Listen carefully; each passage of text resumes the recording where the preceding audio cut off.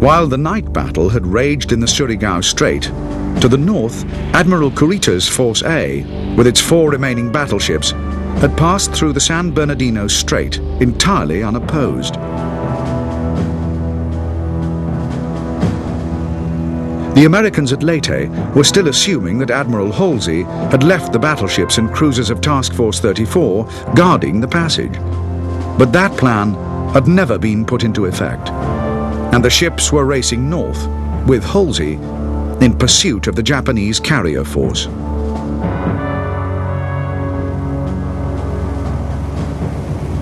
At 0400, on the morning of the 25th, Admiral Kinkaid sent a message to Halsey asking him to confirm that Task Force 34 was on station. However, the message would not be received until 0700, and by then it would be far too late. Admiral Kurita's battleship force was steaming straight for the escort carriers of 7th Fleet. The Americans had as yet sent out no reconnaissance aircraft, and radar indicated nothing amiss.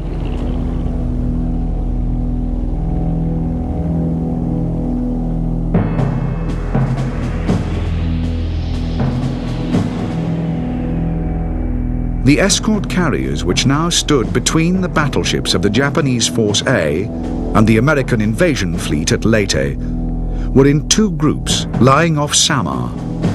Call signs Taffy 3 and Taffy 2. Further to the south was the 3rd group, Taffy 1, while much of the shore bombardment force was chasing the retreating Japanese after the battle in the Surigao Strait.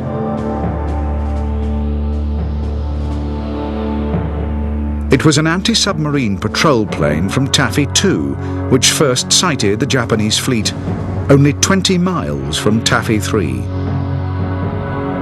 The aircraft immediately radioed its reports to the carriers. The time was 0647.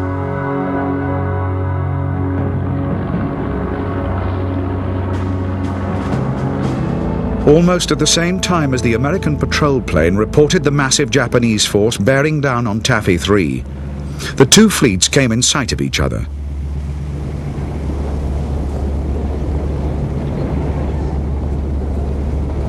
The effect was to cause complete consternation on both sides, but it was the Japanese, with the far stronger force, who would make the mistake.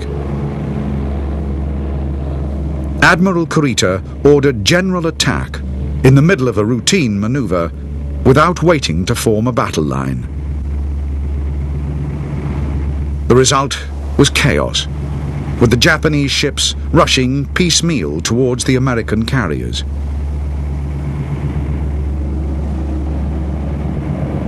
On the American side, Taffy 3's commander, Rear Admiral Clifton Sprague, reacted with complete presence of mind. He at once made a course change into the wind and ordered all his planes launched. Every ship was to make smoke, and the carriers were to increase speed to flank 17.5 knots. At a range of 19 miles, the Japanese big guns opened fire.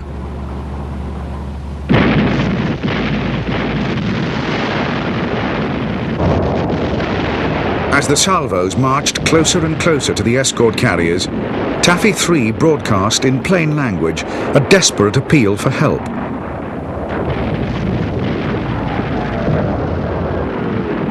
Meantime, the only hope was to run for it, and at the same time counterattack in the hope of at least distracting the enemy. Aircraft from Taffy 3 and nearby Taffy 2, armed with whatever was to hand, including depth charges and rockets, were already attacking furiously.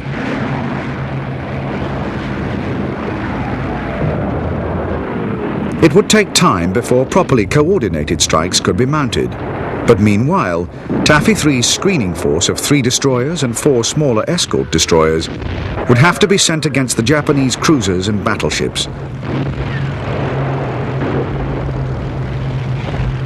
Their chances of survival were slim, but they might at least delay the enemy with torpedo attacks and confuse him with smoke.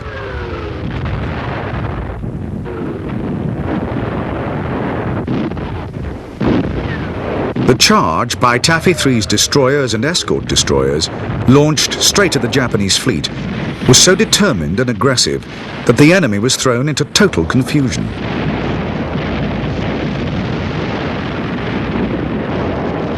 The destroyer's torpedoes knocked out a Japanese heavy cruiser and forced the big ships into wild, evasive maneuvers.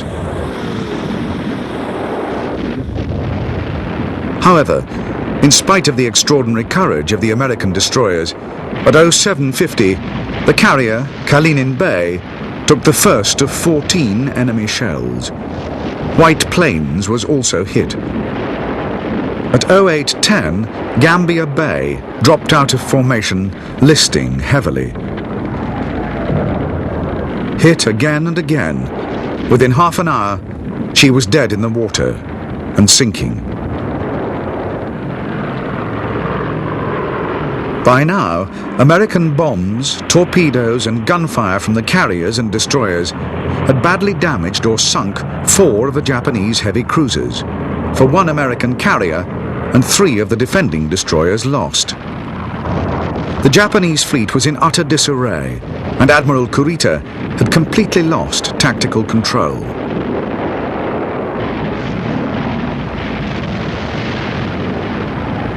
At 0925, he ordered his ships to withdraw and regroup. To the Americans, it seemed like a miracle.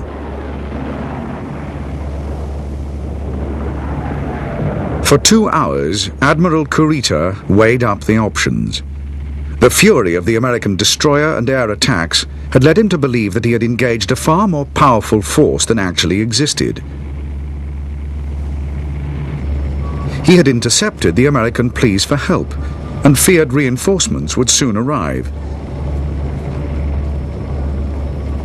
He had also received a message from Luzon, warning, incorrectly, that an enemy force was approaching from the north. As for attacking Leyte, he had just heard of the disaster that had befallen Force C in the Surigao Strait, and knew that his fleet was alone.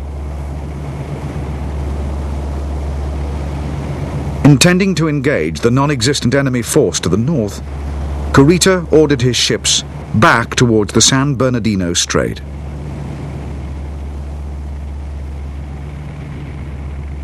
Although the escort carriers of Taffy 3 had escaped destruction at the hands of Admiral Kurita's battleships and cruisers, their ordeal was not yet over. Early that morning, Taffy 1, to the south, had been hit by the first kamikaze suicide attacks of the war, damaging 2 carriers, and Taffy 3 was the next target. Less than 2 hours after the end of the battle with the Japanese fleet, the escort carrier Kitcon Bay was hit by a kamikaze, and another hit St. Lo, bursting through the flight deck and detonating torpedoes and bombs. Blazing from stem to stern, St. Lo went down at 11:25. Before the day was out, the total of kamikaze victims was 1 carrier sunk and 6 damaged. A handful of pilots, willing to die, had achieved more than all the big guns of Admiral Kurita's battle fleet.